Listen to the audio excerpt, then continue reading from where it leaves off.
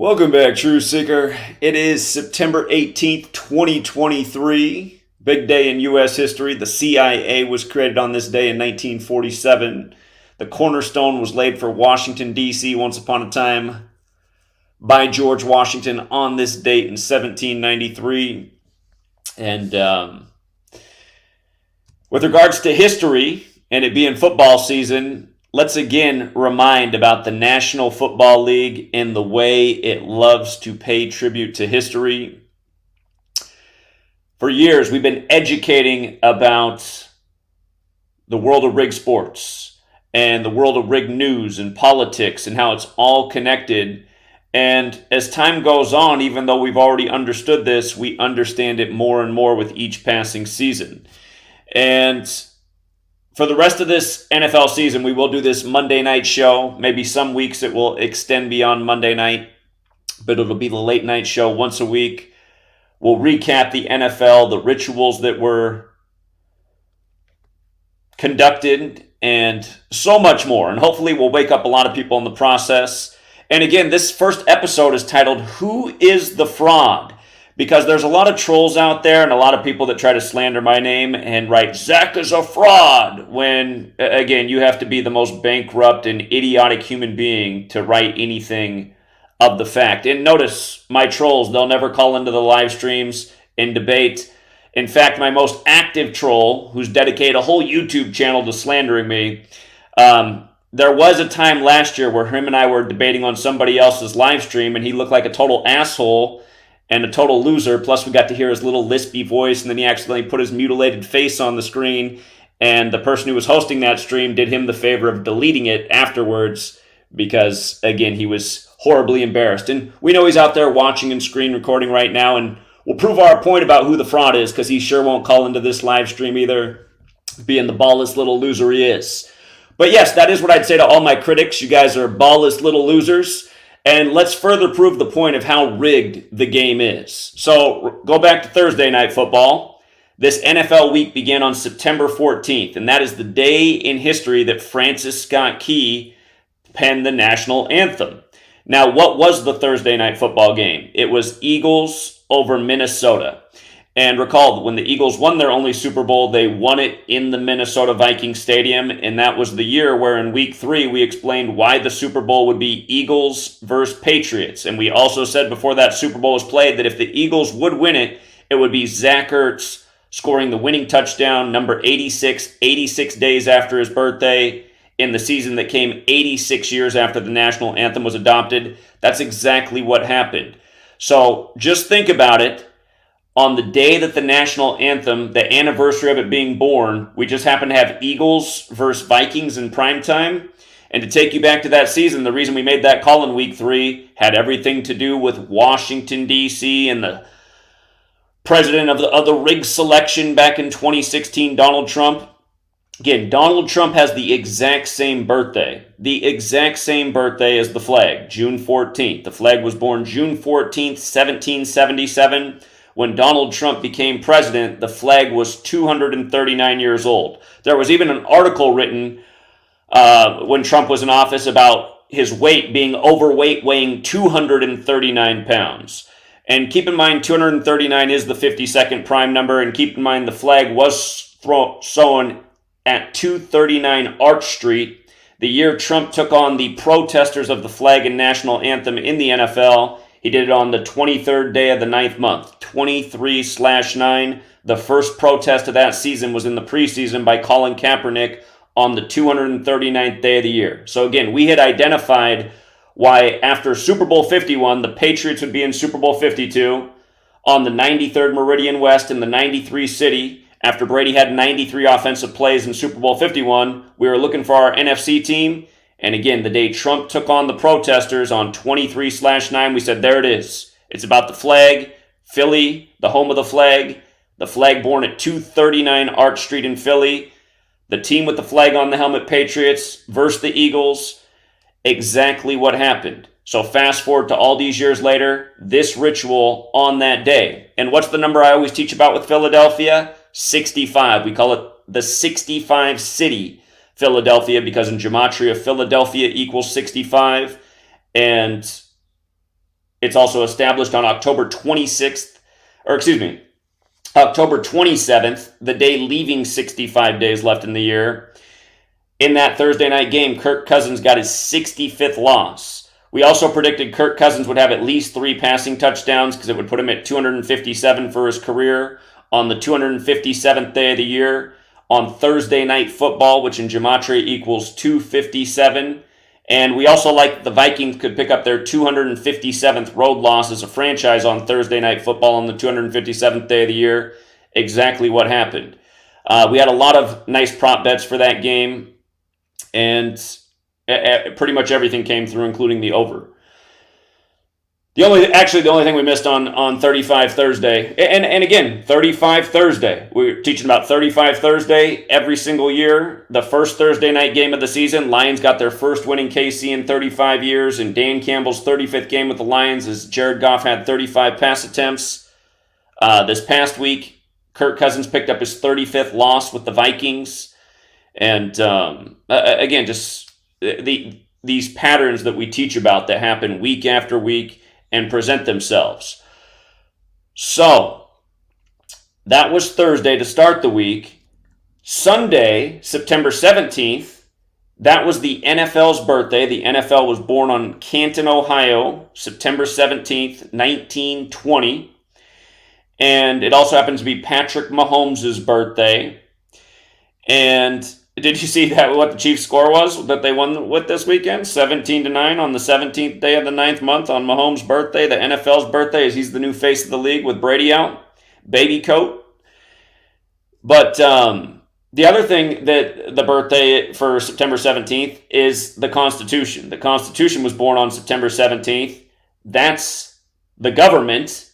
And again, NFL, government, military flyovers, nonstop military advertising, rituals year after year connecting sports and politics as we continue to document. Again, Constitution born September 17th, 1787. NFL born September 17th, 1920. That's 133 years later. Remember, 133 is a big football number. In Gematria, football's 133. It's also a big government number. Government 133. And, star player or receiver tonight, number 12, it was 83 days after his birthday. We thought that was a sign, he could pick up the TD tonight. He did. But anyhow, in Gematria, based on the alphabetic order forwards and backwards, football 133, government 133. The NFL, red, white, and blue. In Gematria, NFL equals 32, as does America, 32 teams. America founded on a 32-date numerology. But look at this perfect alignment with football and government. The NFL, born 133 years after the Constitution. And again, whereas Washington, D.C. is the Masonic city, American football is credited to the Freemason Walter Camp. And again, you just got to say, what are the odds? What are the odds? So, 17-9 on 17/9. That wasn't the only 17-9 ritual in the NFL on September 17th. Geno Smith got the win in Detroit, becoming 9-17 on the road for his career on the date. And oftentimes, dates very crucial to what happens in the games. So, with that said, let's review NFL Week 2. Let's talk about NFL Week 2. We covered Thursday Night Football, Eagles at Vikings. The Falcons-Packers game, I personally wasn't crazy about this game because a strong number with the Atlanta Falcons is 40. Last week, they kept Frank Reich on 40 career wins. In Gematria, Atlanta Falcons is 40. The opposing coach stayed on 40 wins last week versus the Falcons. This week, Ritter, their quarterback, became 4-0 at home. Remember, Georgia's the 4th state. We just saw Trump get his 4th indictment in the 4th state in a big Georgia ritual. Wisconsin and Georgia have a lot of history, from Brett Favre to Hank Aaron to Stacey Abrams. Of course, Hank Aaron wore the number 44. Georgia and Wisconsin are the two states that equal 44 when they faced each other in the NFC Championship. So something I did talk about in this game, even though I wasn't crazy about it, is that if Ritter won, he would be 4-0 at home, and 4 is the number that really connects, again, Georgia and Wisconsin. The threat in that game was that the Packers coach came in on 40 losses and could have stayed there. So that one was iffy to me. The Bills and Raiders game. The Raiders coach stayed on 18 wins. In Gematria, Bills equals 18. If you're new here, Gematria, the elementary practice of coding numbers into words. It's based on the alphabetic order forwards and backwards, as we just talked about with football and government. It's also forwards and backwards with numerology. And in Gematria, Bills equals 18. McDaniels, the coach of the Raiders, stayed on 18 wins. Jimmy G picked up at 18 in the L column. Buffalo has the Gematria 63. It was their home opener for the year. Their coach picked up his 63rd win. And there were just a few more numbers as well that lined up for the Bills. They had a convincing win over the Raiders, 38-10. Ravens at Bengals, a little bit tricky with this game. We talked about at the beginning of the season why the Ravens might have a really nice start. Of course, we've been talking about the Ravens all year. So far, they're off to a 2-0 start. They did get their 96th road franchise win, Cincinnati 96. Remember the other year when Cincinnati had the bank shooting that was synced up with their season? It was on September 6th, the Fifth Third's bank shooting on 9-6 in Cincy. Big number in Cincy, 96. This game was tricky, though, because Harbaugh, the coach of the Ravens, he could have got his 96th regular season loss and 105th all-time loss against Cincinnati 96, Cincinnati Bengals 105. This game was on the day leaving 105 days left in the year. Another big number in Cincinnati's 51. Last week, the Browns became 5-1 versus Joe Burrow, like 51. Cincinnati has the Gematria 51, as does Cleveland. Cleveland, the city that broke the 51-year drought, the first championship since Jim Brown when LeBron won it on the real King James's birthday. So again, just Gematria. The numbers that we talk about all the times with these cities, they show up week after week. Bengals in Gematria equals 24. This game was on a 24-date numerology. Bengals lose with 24 points, 24-27. Again, good arguments on both sides of that game. Trickier game this week. Seahawks and Lions. This is the game that hurt me the most this weekend, was Seahawks-Lions. Detroit, I call it the 83 city because Detroit, Michigan's 83. It's on the 83rd meridian. We win a lot with that number in Detroit. We've had some really nice upsets over the years with Detroit in 83. Pete Carroll could have got his 83rd loss. He avoided it. Remember, there's only one city in America that equals 19, and that's Seattle. Jared Goff got his 19th loss with the Lions. And, of course, he used to be in the division with the Seahawks when he played for the Rams. But, again, that 83, it's been a consistent winner over the years in Detroit. Didn't win this week, and that's why I teach people. That's why I say never bet the house. There's no perfect patterns. I just teach people to be consistent. Make smart bets each week, efficient bets, follow the winning patterns. Again, if you've been playing over the years with Detroit in 83, it always sucks to lose, but you realize you've won a lot on that pattern. Disappointing this weekend, but still. You follow the trends, you'll win the majority of the time. And Titans and Chargers, that was also a tighter game this week. Tannehill got his 79th career win. Chargers equals 79. The problem was the coach for the Chargers could have got his 20th win. Big Titans number. Seems like in more recent years, more double-coded games. Historically, the quarterback narrative beats the coach narrative. They say the NFL's a QB-driven league. The QB narrative won here with Tannehill. And 51 points in that game as well. Nashville equals 51. Bucks and Bears. All sorts of things lined up for the Bucks here, including another big number with the Bucks historically, the 3-1-6. Tampa Bay Buccaneers 3-16. The Bears coach falls to 3-16 for his career. Florida, the 27th state. They win with 27 points over the Bears, which also has the Gematria 27. Bears go down with 17 on the 17th. Mayfield, our best team of the year so far, our most lucrative team of the year has been the Bucks. We loved the Bucks last week as a huge underdog against the Vikings. Again, you guys go back to what I was showing you when the Bucks beat the Chiefs in the Super Bowl, a Super Bowl that we called before the season began. Why Bucks would beat Chiefs? We had that one before the season even started in the year Super Bowl 55. But we were talking about how the Super Bowl was 62 days after the mayor of Tampa Bay's the mayor of Tampa Bay, that Bucks Super Bowl they won. It was 62 days after her birthday. Tampa Bay Buccaneers has that Gematria 62. Huge number with the Bucks historically. And again, that game was on 62 date numerology last week against Minneapolis. Baker Mayfield, last year he did it for us on 35 Thursday, making his debut with his new team last year. Baker Mayfield, when he gets on the field for the first time with the team, he has a history of winning. Anyway, Bucks had a huge upset for us last week, had a nice quality value win over the Bears this week.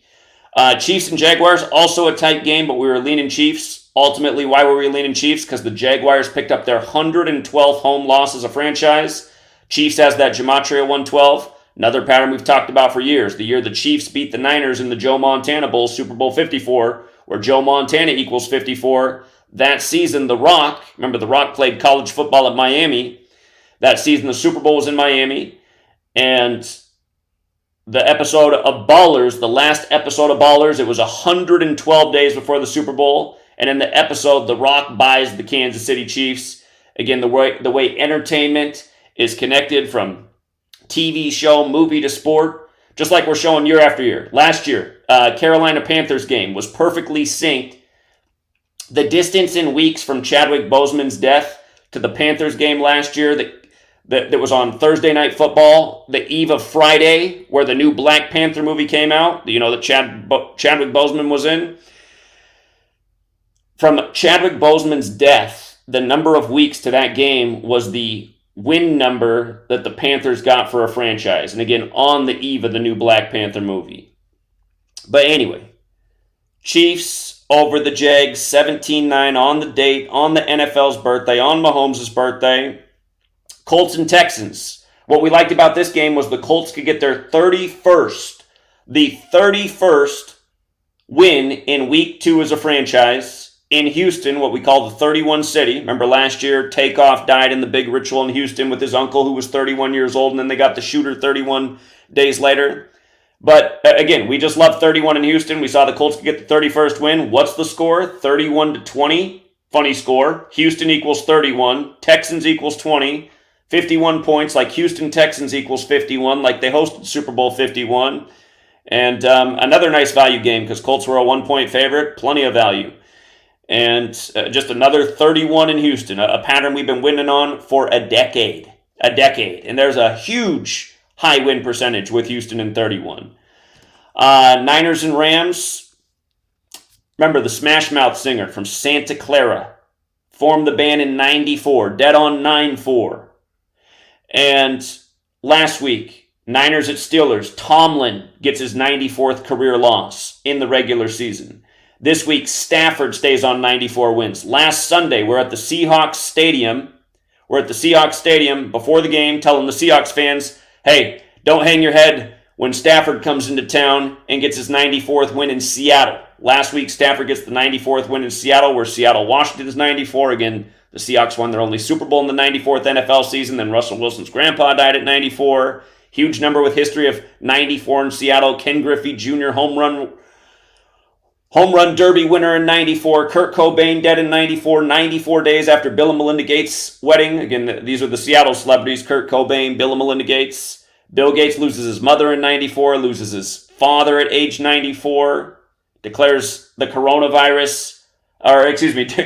decade of vaccines on the 94th day of his age, a decade before coronavirus in Seattle, Washington, when coronavirus pandemic's 94. 94 is just so huge in Seattle, and played for Stafford. But then also seems like something's going on with 94 in the Niners this year, and then he stays on 94 versus the Niners. Notice the score, 30-23. Rams equals 30. 53 total points. Los Angeles equals 53. Just like how Super Bowl 53, Patriots over Rams, another Super Bowl we nailed before the season began. And again, that Super Bowl helped a gentleman make over $300,000 on a parlay with the World Series and the Super Bowl. We had Boston beating LA 4-1, 99 days before the concluding Super Bowl game of the 99th NFL season, where Tom Brady would win the Super Bowl at age 41. Both things happened. And again, New England equals 99, 99th NFL season. Aaron Donald equals 99. Aaron Donald's birthday is 5/23. 5/23 is the 99th prime.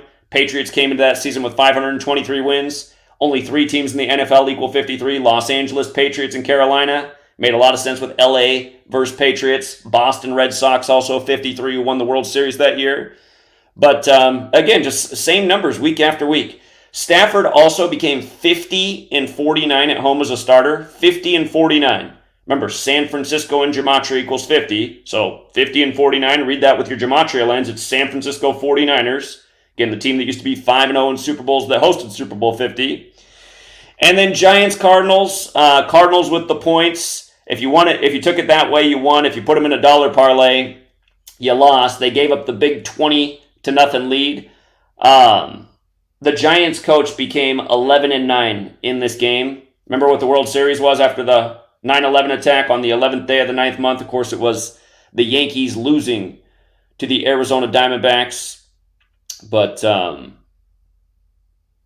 yeah, the narrative for the Giants to potentially have lost that game was that there was a potential 33 that could have played against them. Glendale equals 33 on the 33rd parallel. It's better, though, when you have a strong riddle in a QB statistical category. And Cardinals did cover. Jets and Cowboys. Again, no one's shocked that the Cowboys beat the Jets, but do notice the Cowboys have opened the season against the New York teams, and both games were 40 points. So there's definitely something going on with that 40. We talked about what that could be on Patreon today. Again, if you want to join us on Patreon, we'll keep some of the greatest gems there. But there is something very interesting about what could happen with the Cowboys this year in the number 40.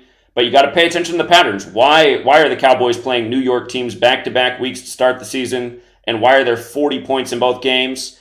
I did think the Jets were worth a dollar parlay. Again, a dollar parlay is where you try to turn a dollar into 20, 30, 50 bucks. And our dollar parlays did not hit in the NFL on this day, but they did hit in baseball in a big way in the Brewers game.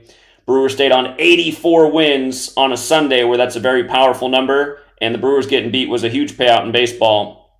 But that's the thing about dollar parlays. You could put 10 separate dollar bills down. You only need to hit one of them to come out ahead.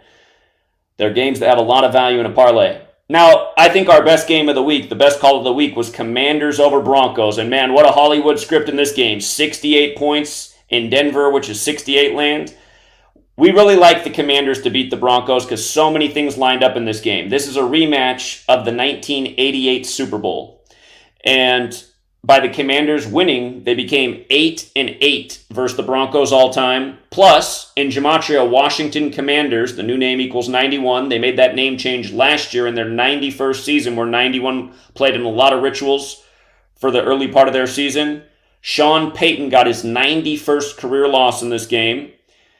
And Ron Rivera got his 103rd win. Ron Rivera got the 103rd win. Broncos equals 103. Plenty of rituals with 103 in Broncos over the years. And again, they made that game really exciting. There was, a touchdown with no time left, a 50-yard bomb. But then they couldn't complete the 2-point conversion. And notice also, Commanders win with 35. Remember, the first winning score ever of a Super Bowl was 35 points. Packers over Chiefs.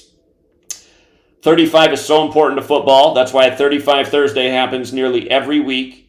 35 in Chaldean and Septenary Gematria, which are relevant ciphers. Again, I have books out there if you haven't read them where I introduce all the ciphers and the relevance, but Super Bowl and football both equal 35 in those ciphers. And remember, the football is the shape of the I, the word I, E-Y-E, the fifth letter, the 25th, the fifth, 35.